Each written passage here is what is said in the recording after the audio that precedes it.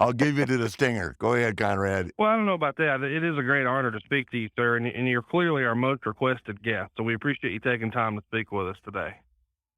Oh, I'm glad to be here. Thanks for having me.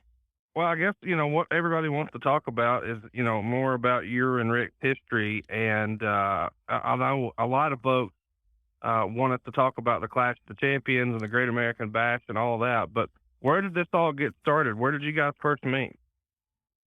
Rick and I, we met, through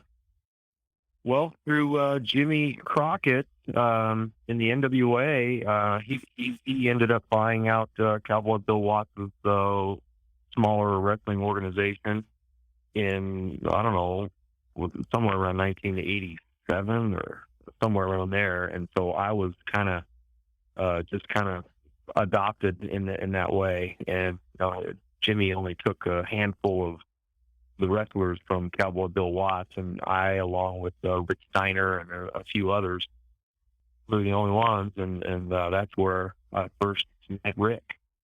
Yeah, what year would that have been, Conrad, when they bought out Mid-South? Yeah, I think Sting has it right. I think that was 87 because the whole Crockett thing happened with Turner in 88. So that would have made sense. When you were one of the guys who were selected to come over, what was your impression of how Crockett was different from maybe the way Watts had run his territory? Well, it just seemed like we had hit the big time, I realized how lucky I was, at that point. A lot of the guys just found themselves without a job, and we knew about the NWA, and we knew about Ric Flair, and we knew about Dusty Rhodes and the Road Warriors and Midnight Express, and we knew about all these guys, and they looked up to them, and we always wanted to get in there and rub shoulders with them and somehow or another get to that level. So, for me, it was like I'd hit the big time. This is it. Okay, I've arrived now, and now I got to make the most of it. And at the time, well, you did, man. You the day you walked in that door, I looked at you and said, I looked at Crockett and said, "There's dollar signs written all over this guy. Handsome, blonde, painted. Let's do it." God. Yeah. I mean, what an impression you made. Well, yeah. I was given opportunity. It doesn't mean that I didn't work hard to get there. I did. I paid dues and worked hard, and I was respectful to the guys that were above me and before me, and kind of listened and learned instead of, so many of them over the years, Rick. You saw it over and over and over again. Yeah. You just can't keep your mouth shut and always want to do it their own way and not even know what they're really even talking about. And so for me, that's just the way I did it. And, the next thing you know, you're in this big program with Ronnie Garvin and the big build up, and we go to Detroit, and I can't remember if it was Joe Louis or Cobo, one of the Joe Louis, yeah. Joe Louis, yeah, $110,000 gate, which was huge for the NWA then. And Ronnie wins the title. We come back there less than 30 days later and to a $10,000 house. And so they put the belt back on you, and now they want to put it back. They want you to have a program with, I can't remember if it was Ricky Morton or somebody, but Ricky got hurt. Whoever it was got hurt. So there was no opponent for you. And this was when Dusty and maybe you were in it as well, said, I want to put you with Rick. That was where the door opened for me right there. All right, Rick, let's talk about TuneIn Radio. Now, here's the thing. The TuneIn Radio app is all you need for all things audio. Now, with TuneIn Premium, you can listen to every single NFL game for only $7.99 a month, and you're going to get unlimited access to 40,000 audiobooks and commercial-free music, all for one low price. That's TuneIn Premium. All the audio you want for $7.99 a month. Woo! Welcome to Play It, a new podcast network featuring radio and TV personalities talking business, sports, tech, entertainment, and more. Play it at play.it. Yo, well, let me just go back to what you said about working hard. But I know for a fact, because we were married for a couple of years, you wrestled at least 30 minutes every night, 7 days a week, sometimes twice That's on right. Saturday and twice on Sunday. So I know how That's hard right. you worked because I was with you. That's right. We had the Yeah. best routine, but I tell you, it couldn't have been too difficult wrestling the world's greatest athlete, right? Oh man, that trot around the ring and trying to cover my face. Oh, Conrad used to get in the ring, hit the ropes, and say, "Here's the world's greatest athlete."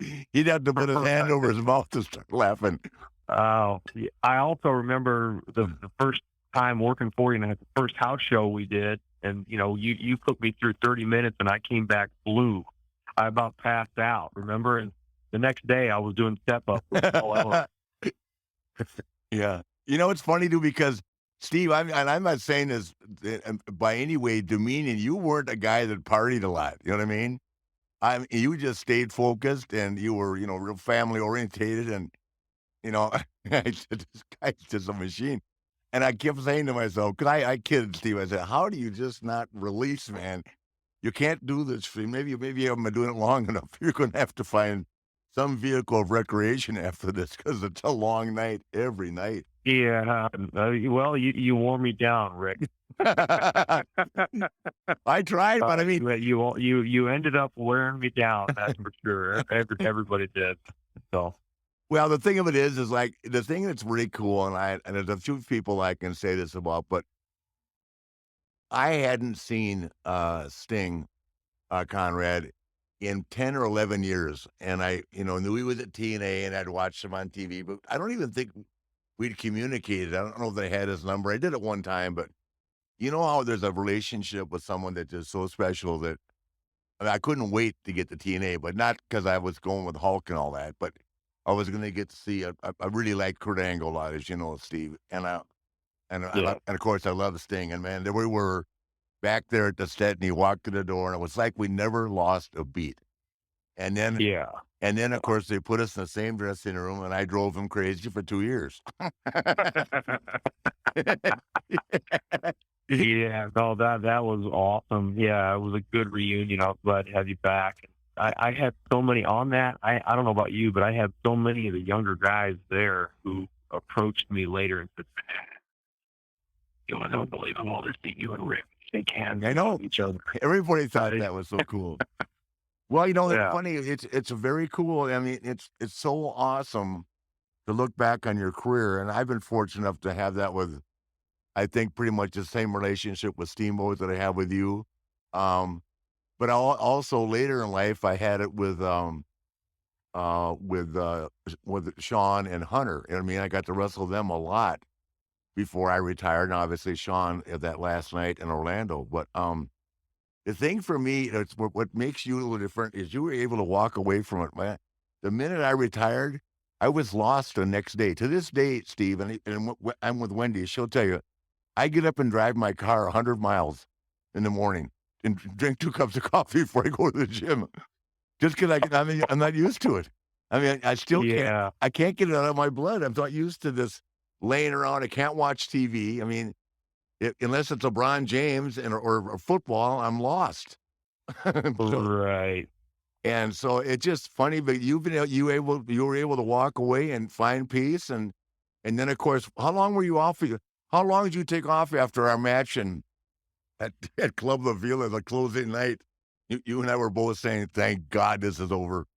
WCW. Yeah, no, first of all, that was a pretty emotional night for me. Oh, me too. I saw my life pass, before my eyes, and here I am wrestling once again, Rick, and gosh, the flash of all the years before that, and all the matches and all the, and then all of a sudden it's like, what's going on? I mean, it's just surreal. It's like, what is happening here?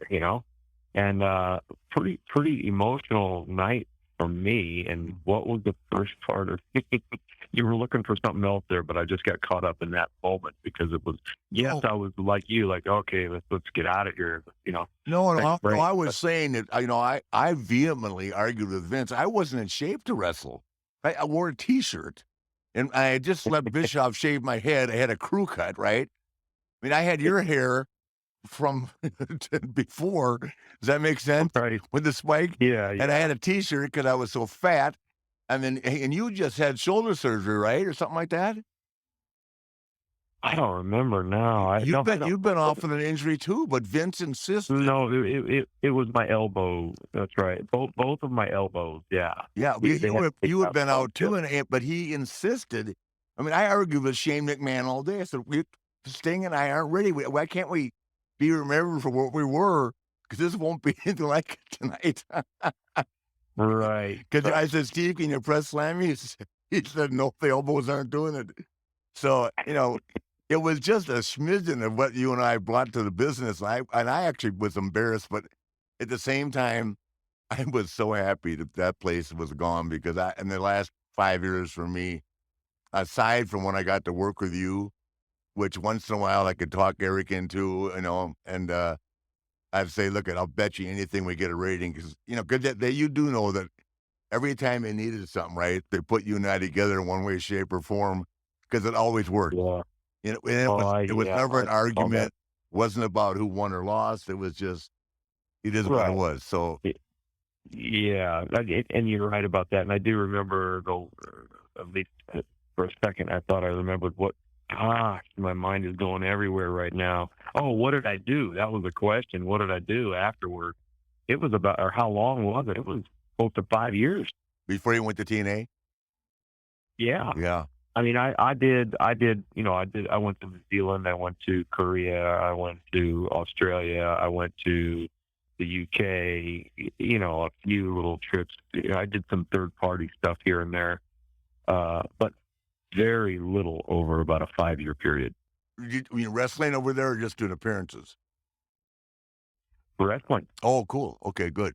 So, Yeah. well, once you got healed up, I mean, you were still a young guy. I mean, it's funny because we've all been knocked around. I've been the luckiest of all because I don't have any injuries. I did crack C5 in my neck. I remember that. And that I know Yeah. I had that. I know the pain you had in your neck because I thought I was going to die. But Well, Rick, I mean, you just, everybody knows this about you. I mean, the most durable of all, probably. I mean, plane crashes and wrestling, and somehow or another, you end up better than everybody. I don't know how that works. How does somebody survive a plane crash, Yeah, well, let me tell you, working with guys like you made it easy because I'm telling you, I would rather take a press slam from you, a suplex off the top rope, anything like that, than some of the stuff I had to do with Bruiser Brody and Stan Hansen. Are you kidding me?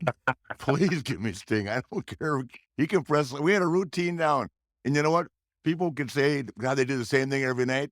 The people never stopped, man. I mean, figure four, beat in your chest, turn it over, backslide. Oh, I press slam. can't tell you how many times, that in the later years when they would put us together and you'd say, okay, you talking about, you ready for the press slam? You ready for this? And I go, man, we got to change it up.